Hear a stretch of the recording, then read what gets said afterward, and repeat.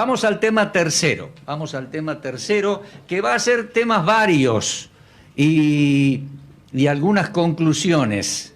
Espero que después de todo esto, sí, mi máquina abra. Está ralentizada. O sea, lenta.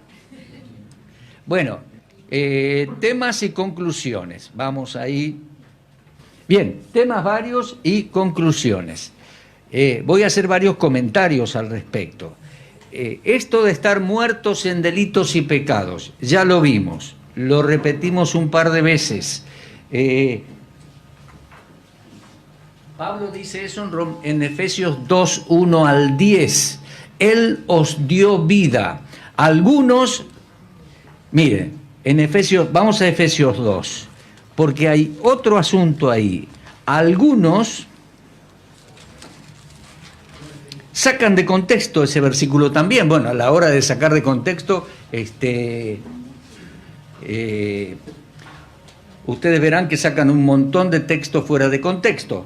Dice allí, Efesios 2:5, aún estando nosotros muertos en pecados, nos dio vida juntamente con Cristo, por gracia sois salvos. Bueno, sacan este texto fuera de contexto y dice, ven, estábamos muertos y nos dio vida, por gracia somos salvos. Pero un momentito, hay que considerar todo el contexto que uno viene leyendo. Dice, habiendo oído, 1, 13 y 14, habiendo oído la palabra, habiendo oído el evangelio de vuestra fe, habiendo creído en él, fuiste salvos.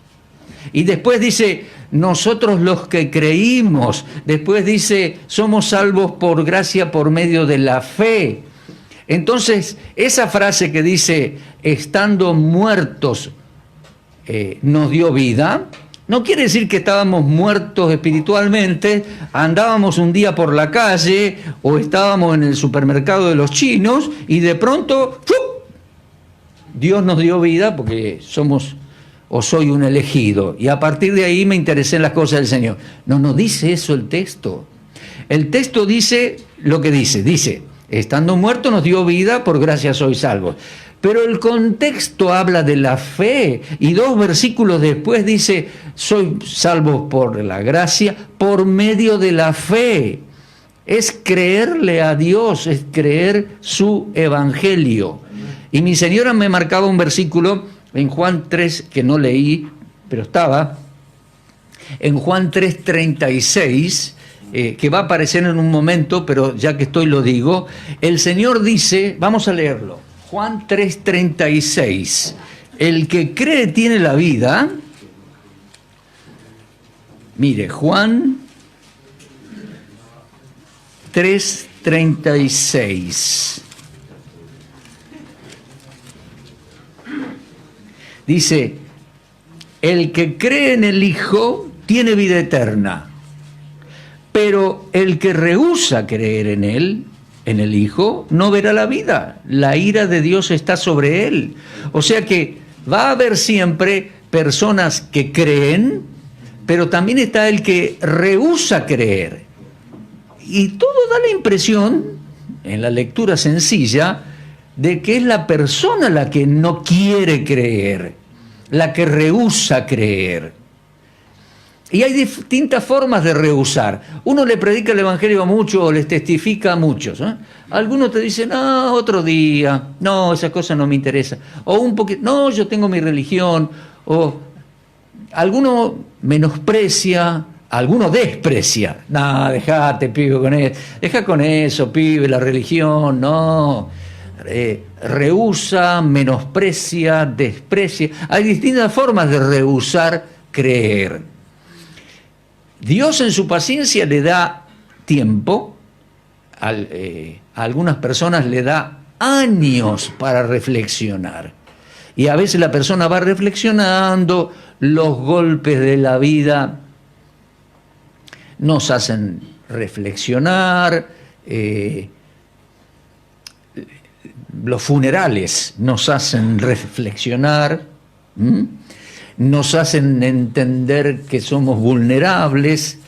Con el COVID hemos aprendido, ¿no?, que somos en gran medida vulnerables. Qué novedad, diría alguno. Somos vulnerables, somos mortales. Siempre me acuerdo las grandes palabras de Luis Landricina. Para mí Luis Landricina es un hombre muy educado y muy sabio, muy inteligente. En lo suyo, ¿no? Él dijo una vez, la muerte no te lleva de prepo. La muerte no te lleva de prepo. La muerte te acorrala con ausencias. Como diciendo, ya vuelvo por vos. Y es cierto. Entonces, el que no tiene al Señor, el mortal, se va dando cuenta que es mortal, porque te va faltando la abuela, te va faltando aquel que murió en el accidente, te va faltando y te queda y te golpea. Entonces, en el proceso de la vida también está la reflexión. Y Dios nos tiene mucha paciencia. A mí me esperó años. A otras personas se convierten antes, otras personas se convierten después. Pero el que tiene a Cristo tiene la vida. El que rehúsa creer no verá la vida. Así de... Una pregunta me hacía el hermano aquí y es muy interesante. ¿Dios ayuda a los inconversos? Un inconverso, pero vamos a hacer católico o lo que sea, le pide ayuda a Dios, Dios le ayuda a esa persona. Mire, yo no soy omnisciente, pero lo que digo es que probablemente sí. Dios ama a las personas y quiere acercarse y ayudarle. La meta final de Dios, el Espíritu de Dios, es llevarle a Cristo para que sea salvo eternamente porque ama a esa persona, pero les ayuda a las personas, les lleva a Cristo. Dije católico. A mí me asombra, cambio de tema, a mí me asombra cómo Dios ayuda a los judíos y a los judíos inconversos.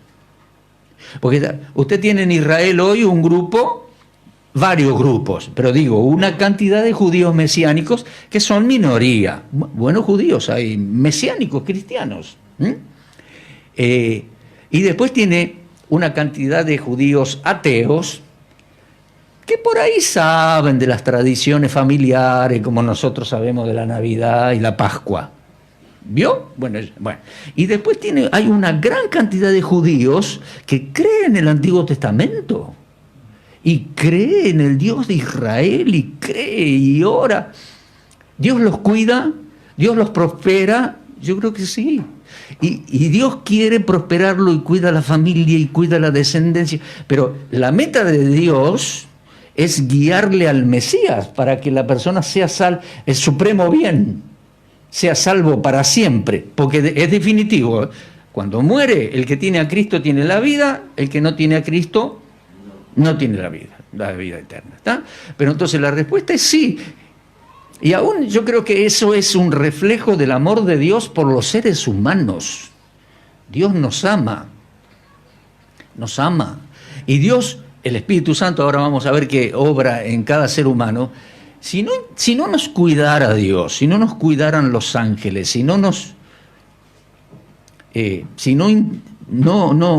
obrara el Espíritu Santo en vidas, hermanos, nosotros seríamos muy salvajes, muy perversos, muy malvados. Nosotros todos los seres humanos. Me cuentan, en alguna oportunidad me contaban misioneros en la selva. Los indígenas salvajes tienen grupos tribales. Cuando entran en guerra, matan a todos y se roban las nenas. Pero los matan a todos. El campamento, las chozas, queda todo rojo de sangre, porque los matan a todos. Qué terrible, dice, qué salvaje. Miren, los narcos harían lo mismo. Si no hubiera policía, gendarmería, helicópteros y drones. Y cuántas formas de maldad se desarrollarían en el mundo si no estuviera obrando Dios y el Espíritu Santo. La meta final es llevarlos a Cristo. ¿Comprende? Sí. Siempre digo, ahora me acordé, no estaban los libretos, como si fuera poco le agrego yo. Años atrás cantábamos una canción, dice, ¿qué sería de mí si no me hubieras alcanzado? ¿Se acuerda de eso? Sería pájaro herido que se muere en el suelo. Pollito mojado, pájaro herido, víctima del pecado. Sí. ¿Qué sería de mí si Dios no me hubiera alcanzado? Sería víctima del pecado. Sí. Pero también hubiera sido victimario. Porque no soy simplemente un pollito mojado. Yo hubiera sido abusador, asesino, violador, violento, ladrón, represivo, guerrillero, cualquier cosa hubiera sido. O sea, ¿se da cuenta? Hubiera sido víctima. En realidad todos los seres humanos somos víctimas del pecado, pero también somos victimarios, agentes de odio sobre otros. ¿Qué sería de nosotros si el Espíritu Santo y Dios y su palabra escrita no estuvieran en el mundo? No se trata de cultura, Se trata de que Dios está frenando la maldad, lo dice Tesalonicenses, hasta frenando la maldad. Cuando el Señor se lleve la iglesia, el Espíritu Santo cambie su ministerio en el mundo, se viene una maldad en la gran tribulación terrible. Bueno, nos fuimos un poquito del tema, pero el que tiene a Cristo tiene la vida. Todos los seres humanos oyen, pero no es que Dios eligió 2, 4, 7. No, las personas tienen la capacidad de creer y aceptar, o tienen la capacidad de rehusar creer. Está claro en las Escrituras. Bueno, sigamos. Otros aspectos para considerar. ¿Cómo llegamos nosotros a Cristo? Esto está en negro, es la verdad. Porque el calvinista va a decir, ¿cómo llegamos nosotros a Cristo? Bueno, el Padre nos eligió desde antes de la fundación del mundo, entonces el Espíritu Santo nos dio luz y vida y nos dio fe y un día y somos los escogidos, es el escogido. De esa manera vinimos a Cristo. Yo creo que no. La Escritura dice otra cosa. ¿Qué dice? Mire, número 1, la ley fue nuestro ayo para llevarnos a Cristo. ¿Se acuerda ese versículo en Gálatas? La ley. O sea, por leer el Antiguo Testamento, conocer la ley de Dios, lo que Dios dice que es bueno y lo que Dios dice que es malo, lo que Dios dice que hay que hacer y lo que Dios dice que no hay que hacer, ¿se da cuenta? La ley fue nuestro ayo, nuestro pedagogo para llevarnos a Cristo. La ley también proveyó sacrificios de seres humanos, de animales, y después el sacrificio del ser humano Jesucristo por nuestros pecados.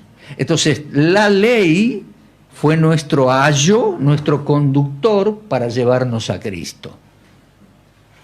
Funcionó en los días de Pablo y en los días de los Gálatas, y yo creo que funciona en los días de hoy también. Por eso hay mucha gente que no tiene ley, parece que todo está bien, cualquiera hace lo que quiera, todo está bien. ¿Por qué? Porque no leyó las Escrituras y no sabe lo que dice Dios. Bueno, la ley fue nuestro ayo para llevarnos a Cristo. ¿Qué más? El Espíritu de Dios redargulló y convenció para llevarnos a Cristo. Lo dijo el Señor Jesucristo: cuando yo me vaya, enviaré el Espíritu Santo, Él redarguirá, convencerá al mundo de pecado, justicia y juicio. ¿Se acuerda? ¿Convencerá a los escogidos? No, convencerá el mundo. Hermanos, yo soy un convencido que el Espíritu Santo obra en cada ser humano. ¿Qué capacidad que tiene? Somos 8.000 millones. ¡Qué laburo! El otro día estaba hablando del Espíritu Santo en una reunión casera. Mi señora se ríe.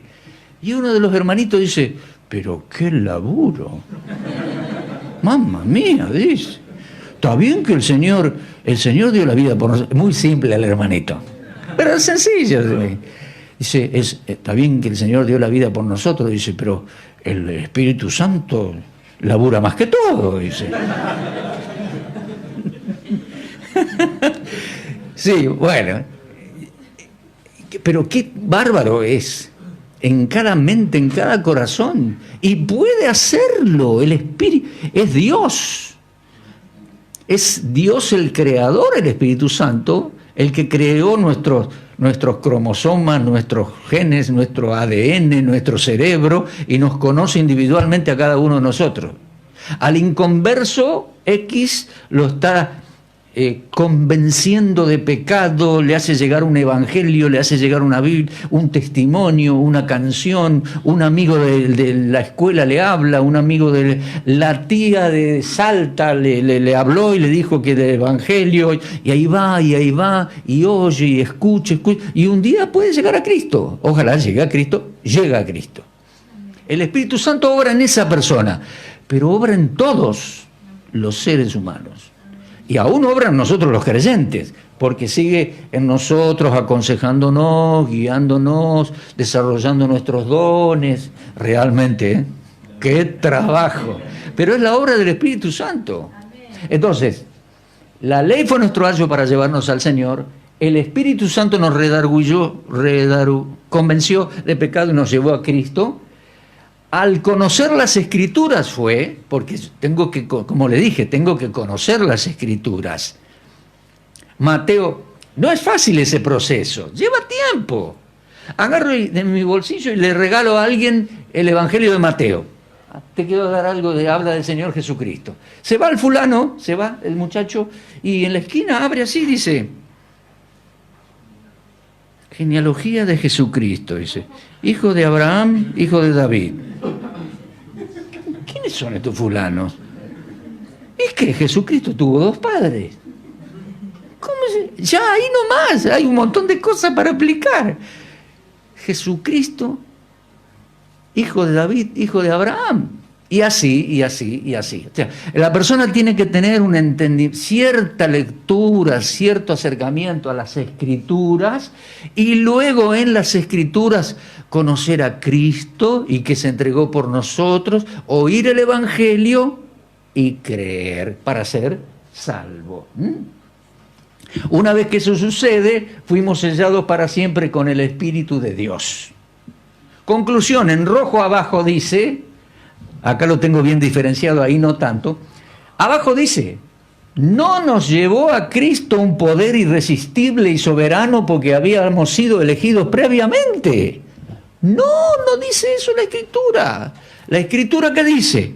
La ley fue nuestro ayo para llevarnos a Cristo, el Espíritu de Dios nos convenció, fuimos conociendo las Escrituras en un plazo de tiempo, conocimos el Evangelio, reflexionamos y un momento recibió a Cristo como mi Salvador. Y al recibir a Cristo, recibe el Espíritu Santo, fue sellado con el Espíritu Santo de la promesa. Ese es el proceso bíblico. Es el proceso bíblico. ¿Comprendemos la diferencia? Otro tema. Dijimos temas varios. El amor de Dios. El amor de Dios. ¿Por qué digo así? Porque yo entiendo por las Escrituras, primero que Dios es amor. Primera de Juan, ¿no? 3 palabritas solas. Dios es amor. Dios es amor, es parte de su esencia, su carácter, así como es justicia y es santidad, Él es amor, ama a los seres humanos. Ahora, el calvinista va a explicar que ama, pero ama a los escogidos y a los otros. Jacob amó y a Esaú aborrecí, ¡qué lío! Hermano, vamos a verlo bien en la Biblia. Mire Tito 3, Tito 3, amor de Dios, relacionado al tema. Su gran amor con que nos amó, dice Pablo en Efesios. Grande, rico en misericordias, dice. Me voy acordando de palabras, conceptos parecidos. Mire Tito 3, 4. ¿Lo leemos juntos? A ver. Pero cuando se manifestó la bondad de Dios nuestro Salvador y su amor para con los hombres, nos salvó. Bien, hasta ahí nomás. Mire, gracias. Dice, cuando se manifestó la bondad de nuestro Dios y su amor para con los hombres. Amor para con los hombres, los seres humanos. Ahora, mire, en el griego dice, en el castellano dice su amor para con los hombres. Y está correctamente traducido. ¿Sabe cómo dice en el griego? Su filantropía. Dios tiene filantropía. Ama a los seres humanos de la sociedad en que vivimos. Búsquelo en el griego. Su filantropía. Ahí está escrito. Sí, su filantropía. Por ahí aparecen algunos expertos en griego que dicen, pero una cosa es el amor fileo, es el amor del querer, pero el otro es el amor ágape.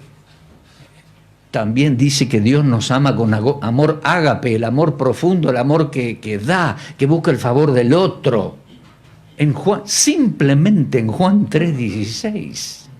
Porque de tal manera amó Dios al mundo que ha dado a su Hijo, y qué magnitud de amor nos dio al Hijo, para que todo el que en él cree no se pierda, sino que tenga vida eterna. Es amor de Dios. Y les digo más. Algunos sospechan por la frase que el Señor hablaba hebreo, Eso no es una sospecha, eso es una realidad histórica. El Señor hablaba idioma hebreo. ¿Ah? En hebreo, el Señor, no es que el Evangelio de Juan fue escrito en hebreo, no estoy diciendo eso. Estoy diciendo que el Señor hablaba hebreo. Bueno, imaginando, un judío, imagina cómo lo debe haber dicho el Señor, y lo más probable es que haya usado la palabra ahava, amor. Amor. También esa es una marca de cosméticos con los minerales del Mar Muerto en Israel. Pero no se lo digan a nadie porque son carísimos. No se lo digan a mi señora. Ahava, amor. Y en el hebreo a veces hay juego de palabras, muchos. Qué sé yo, le puso Israel porque luchó con Dios y has vencido. Israel. Le pone por nombre a Abraham porque será padre de multitudes. Y así hay significado, juego de palabras. Y aquí dice que es el amor que da. El ahava es el amor que da, que favorece. Y realmente lo que dice Juan 3:16. Incluso la palabra da tiene la misma raíz o está vinculada, porque en el hebreo se vinculan las raíces de las palabras. Es fascinante eso. Dice, es el amor que da. Ahava da. Bueno, ahava es el amor y da no sé cómo es. ¿Da? Pero está vinculado. El gran amor de Dios, que dio a su Hijo por el mundo, la salvación del mundo. Y no se trata... Tampoco interpretamos mal la palabra mundo. Mundo es, en este caso, humanidad. Claro, incluso Dios ama a los enemigos. ¿Qué? Sí, ¿acaso no oíste la enseñanza del Señor diciendo, ama a tus enemigos? Si tu enemigo tuviere sed, dale de beber. Y no me vas a decir que enseñó eso y él hacía al revés. Ahí está, el amor de Dios nos enseña a nosotros cómo amar. Él ama aún hasta los enemigos. Busca por favor Marcos 10:21. Se encuentra con el joven rico.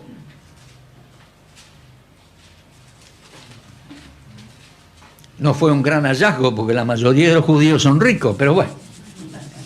Era un joven rico, vos sabés la historia. Le pregunta, ¿haciendo qué heredaré la vida eterna? El Señor le dice, cumple los mandamientos, todo. El muchacho está preocupado. Yo los cumplí, dice, ¿te falta algo? ¿Qué me falta? Y en ese interín, en ese momento, ¿qué dice Marcos 10:21? ¿Qué dice? ¿Solamente 21? Sí. Dice, entonces Jesús, mirándole, le amó y le dijo, una cosa te falta, anda, vende todo lo que tienes y dalo a los pobres. Ahí está. Gracias. Fíjate, es un muchacho que está luchando con el judaísmo, con la ley, con la vida, con su riqueza. ¿Qué tengo que hacer?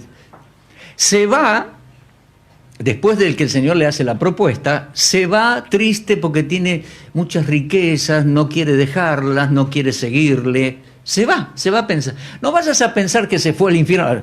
Se fue al infierno, dice, porque no creyó. Espera, la vida continúa. Con el correr de los años se fundaron varias iglesias en la Galilea y un día sabemos el destino final del muchacho. Pero a mí lo que me llama la atención, que el Señor lo mira al muchacho y dice, lo amó, lo mira con afecto, lo ama al muchacho.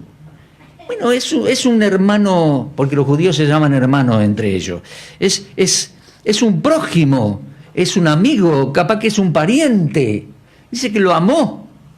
Sin embargo, en el momento no fue creyente, es decir, no siguió al Señor. ¿Comprendes? El Señor ama a todos, ama a los enemigos, ama a este joven, ama al Señor. El amor de Dios va más allá de lo que nosotros podamos entender. Por eso el apóstol Pablo dice, para que sepáis la profundidad y la anchura y la largura y del amor de Dios, porque no nos entra en la cabeza que Dios sea tan grande su amor. Mira abajo.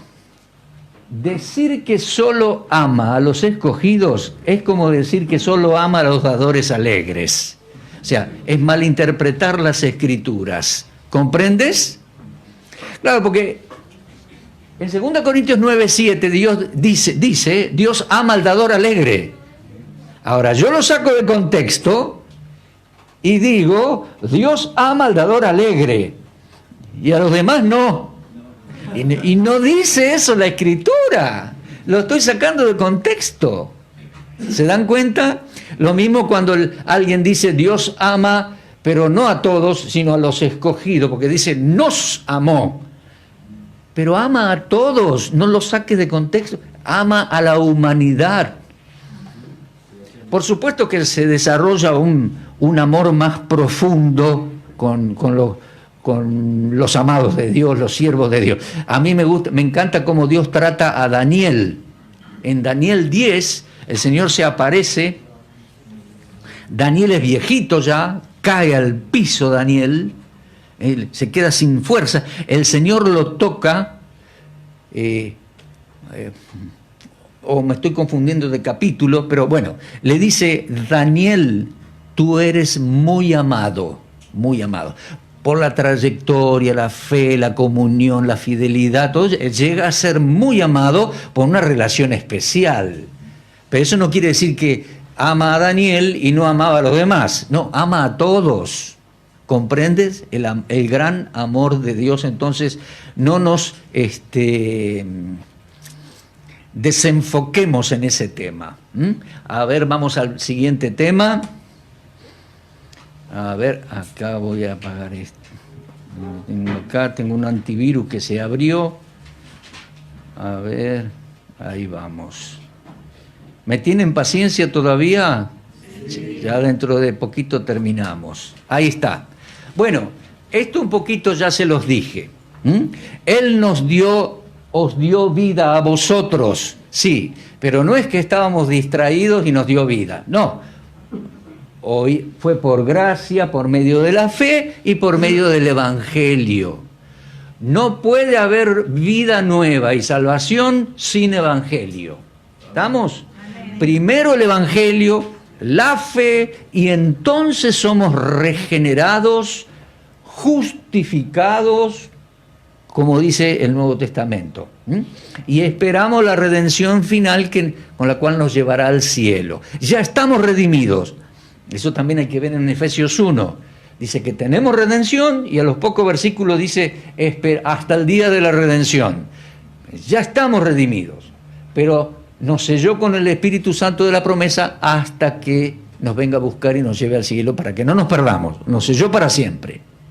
Bien, ese es otro tema. Acá llegamos a un tema muy interesante que es la fe. ¿Qué es la fe? El calvinista va a decir que es un don, que a uno le da y a los demás no. Le da al elegido, la fe. Entonces cree. La Biblia dice otra cosa y le da mucho lugar a la fe.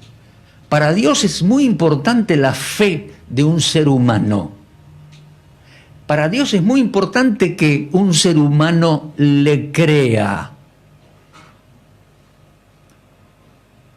¿Qué te pasa a vos cuando alguien no te cree? Vos le decís algo y dices, nada, déjate de pavada.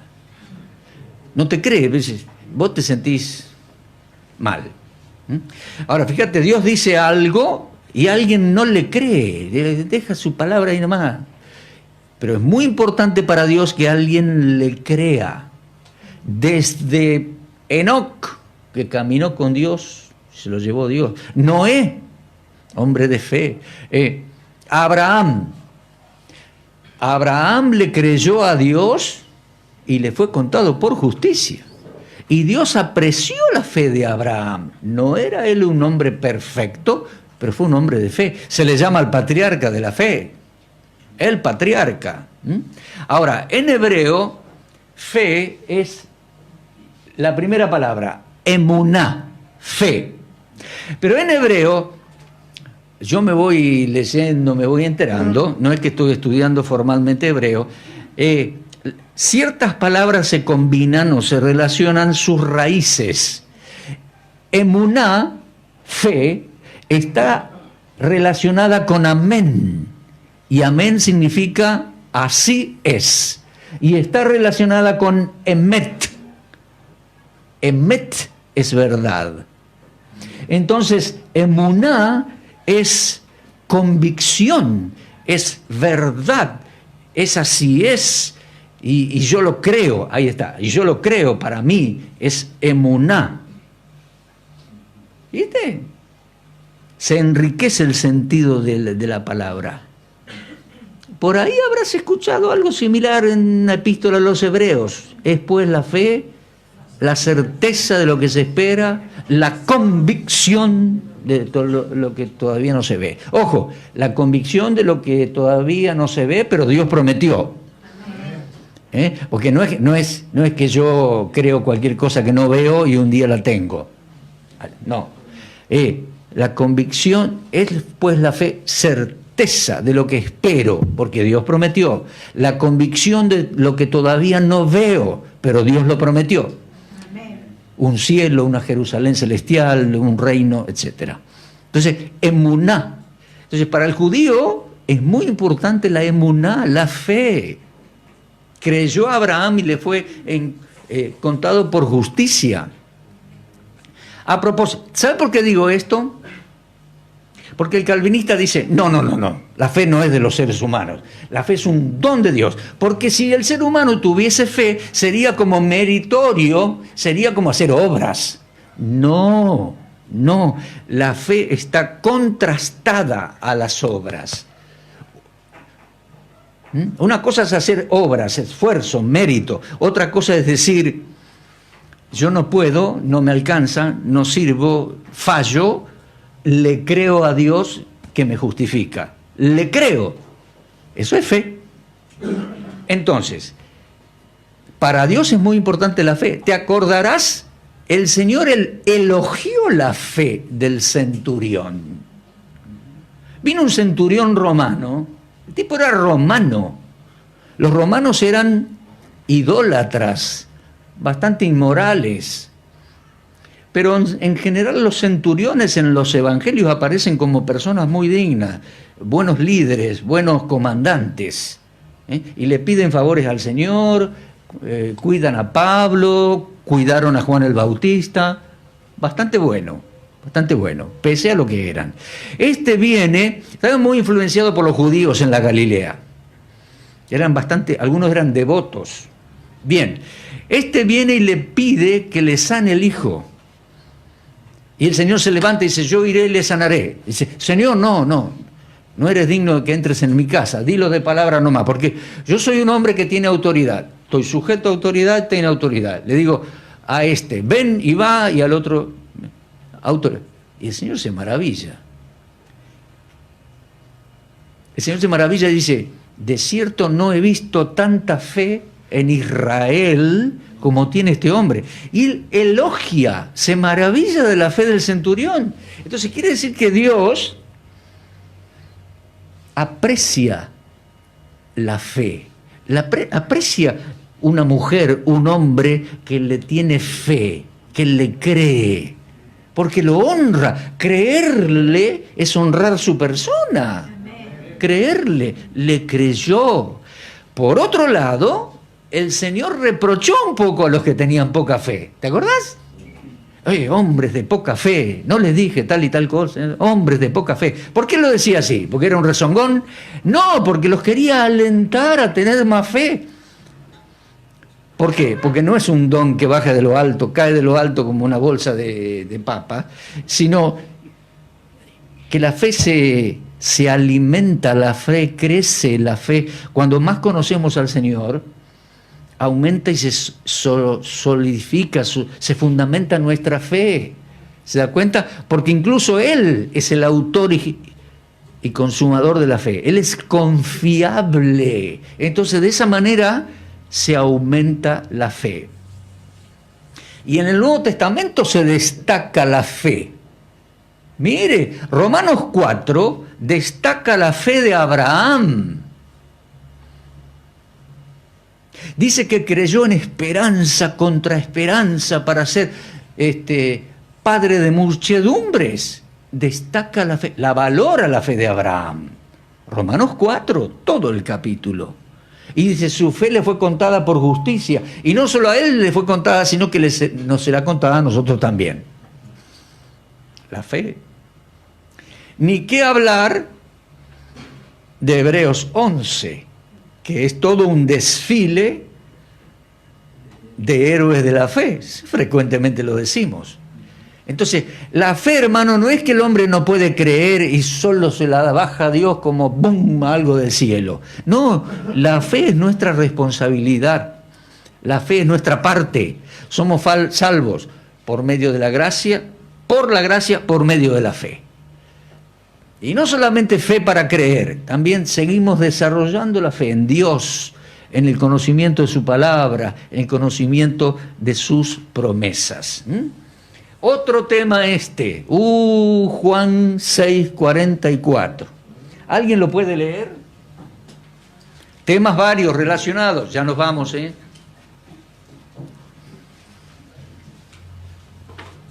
Este es un texto fuera de contexto. ¿Qué dice? Dice, ninguno puede venir a mí si el Padre que me envió no le trajere, y yo le resucitaré en el día posterior. Así, gracias. Así lo toman los calvinistas fuera de contexto y te dicen, el Señor fue claro. Él está diciendo, ninguno puede venir a mí si el Padre no lo trae. Claro, porque el Padre los tiene escogidos desde antes de la fundación del mundo. Entonces el Padre los trae a Cristo para que Él los salve y entonces Cristo los lleva de nuevo al Padre. ¿Dicen eso? Sacaron tanto este texto fuera de contexto que casi nadie advirtió ni advierte que el versículo 45 explica el 44. Mire usted, por favor, ¿los podés leer a los dos? Vamos a leer los dos corridos ahora. Ninguno puede venir a mí si el Padre que me envió no le trajere, y yo le resucitaré en el día postrero. Escrito está en los profetas, y serán todos enseñados por Dios. Así que todo aquel que oyó al Padre y aprendió de él, viene a mí. Ahí está, el 45 explica el 44. Pero sacan tanto de contexto el texto que ni se fijan en el versículo de al lado. Mamma mía. ¿Qué dijo el Señor? Dice, trasfondo, sinagoga de Capernaum, sábado por la mañana. Yo soy el pan del cielo, descendí del cielo para dar vida. No le querían creer, discutían. Micrófono, mi señora me dice que me dijera el micrófono, es cierto. No le querían creer, discutían.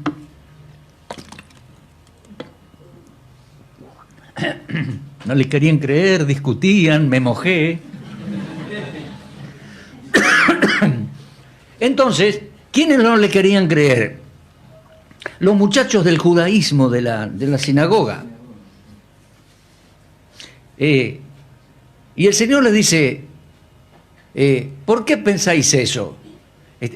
Los judíos estaban pensando, pero ¿qué disparate está diciendo?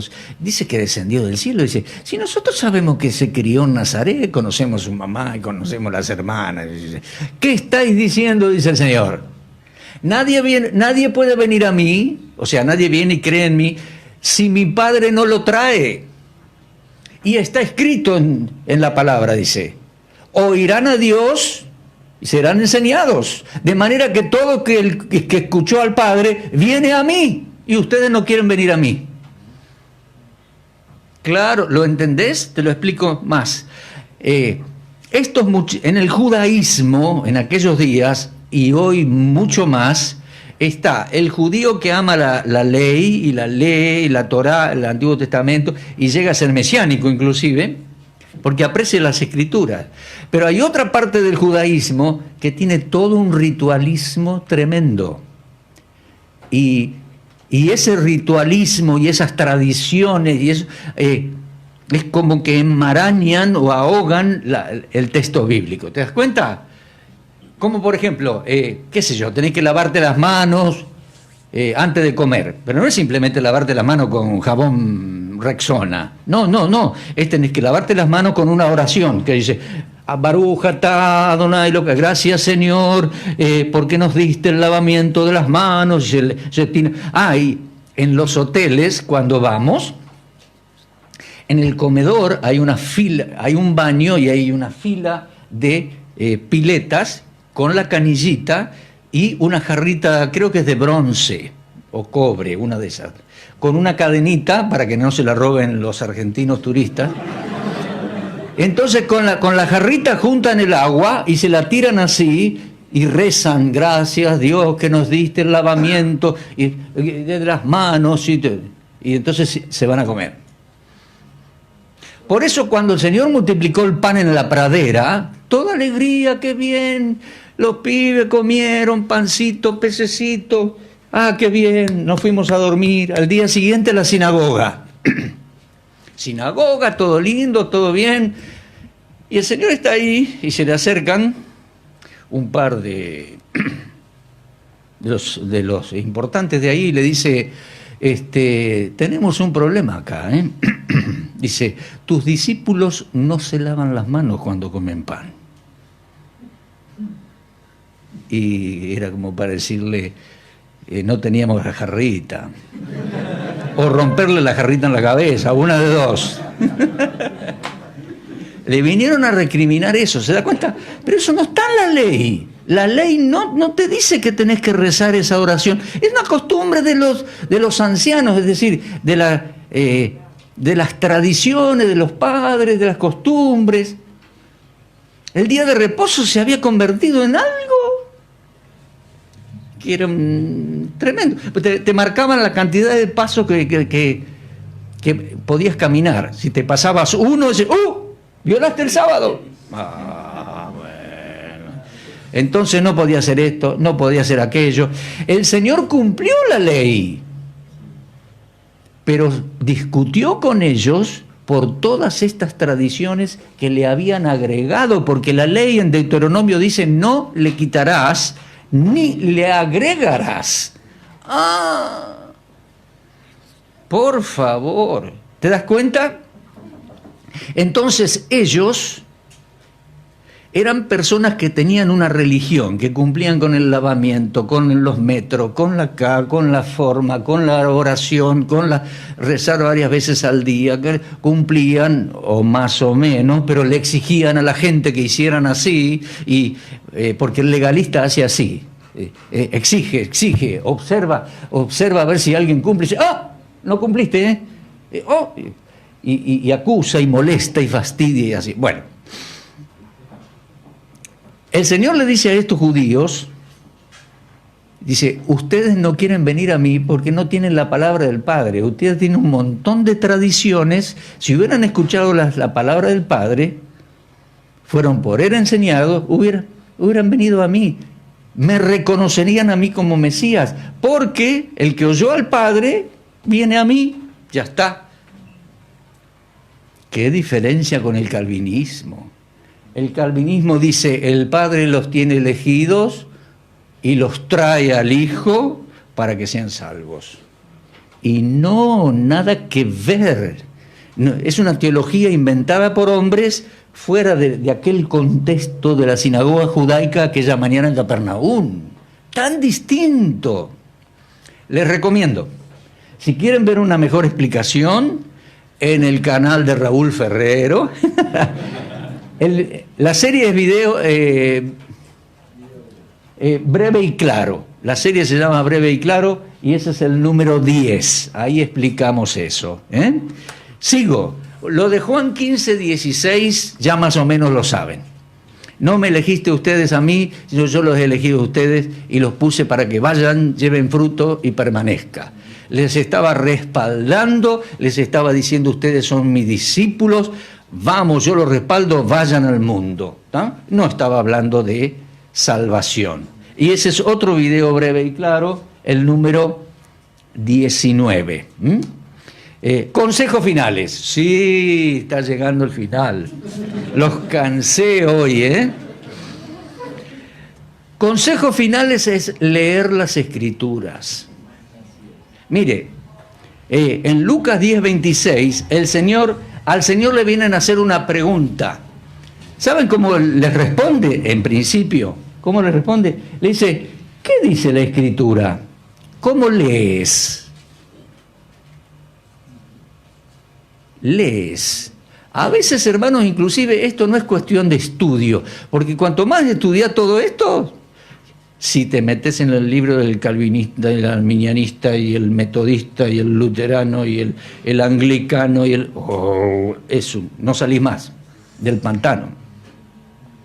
Es simplemente leer la Escritura, leerla, pero respetando, donde dice Jerusalén es Jerusalén, donde dice iglesia es iglesia, donde dice... Es así, no cambiemos las cosas. Es el gran consejo del Señor. Juan 17:17, la última noche antes de ir a Getsemaní, dice, Padre, santifícalos en tu verdad. Como dice, tu palabra es verdad. Fíjate que dice, santifícalos en tu palabra, dice, santifícalos de la inmoralidad de este mundo, que podría haber orado así, pero no, dice, santifícalos en tu verdad, tu palabra es verdad, o sea, santifícalos, apártalos de los errores y los engaños que hay en el mundo. Amén. Claro, santifícalos en tu palabra es verdad. Nosotros tenemos que hacer como los de Berea, ahí dice, Hechos 17. Ustedes recordarán leyendo Hechos 17, los de Berea, ¿cómo eran? Más nobles que los de Tesalónica, judíos. ¿Y qué hacían? Oían la predicación de Pablo y después leían las Escrituras y las escudriñaban para saber si las cosas eran así. ¿Cuáles Escrituras escudriñaban? Antiguo Testamento, para enfocar sobre la persona del Mesías. Antiguo Testamento. Yo escribí un libro, hace un año y medio, dos, se publicó, dice, Cristología comenzando desde Moisés, porque ahí debemos comenzar a estudiar la persona de Cristo, desde el Pentateuco, luego los profetas y después, sí, también el Nuevo Testamento.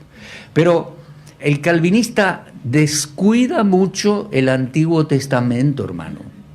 Y si lo cita por ahí, lo cita como aplicativo al día de hoy, y si dice Israel, lo piensa para los hermanos y para la iglesia. Cuidado, hay que leer la Escritura en orden y con cuidado. Las Escrituras y Timoteo. ¿Alguien se acuerda de 2 Timoteo 3, 14 al 17? Sí se acuerdan de memoria. Dice, sabiendo de quién has aprendido y que desde la niñez has sabido las sagradas Escrituras, las cuales te pueden hacer sabio en la salvación que es en Cristo Jesús. Timoteo desde la niñez fue aprendiendo las Escrituras. ¿Y quién le enseñó? La mamá y la abuela. Hay madres aquí, hay abuelas también. Enséñenle a sus nietitos y a sus hijitos. Algo más importante, decile a tu nietita, ¿vos me podés leer este capítulo? Bueno, depende de la edad de la nena o del nene, ¿no? Bueno, léemelo, por favor. Le va a hacer bien a él. Porque cuando lee en voz alta la palabra, le va trabajando en la cabeza y en su espíritu, en su alma. Lean juntos y hacele leer a él o a ella. Si él tiene 6, 9 años, hacele leer a él, a ella. Te va a decir que sí. Te cuento. Te va a decir que sí si sos abuela. Si es la mamá, va a decir, no, mamá, no quiero. Pero si sos abuela, ahí hay otro afecto. Ahí hay otro vínculo, no sé por qué, no me pidan que se los explique, pero los nietitos aman más a los abuelitos y los abuelitos aman más a los nietitos. Entonces, claro que sí. Usted tiene un problema en la compu, no sabe cómo resolver, dice, ¿cómo pago esto en el banco? Dice, porque me piden acá y tengo miedo, dice, ¿cómo voy a hacer la operación bancaria? En uno de esos hago un desastre, ¿cómo hago esto en el banco? No le pregunte a su hijo. Su hijo le va a decir, pero escúchame una cosa, ¿no te das cuenta que esto es muy fácil?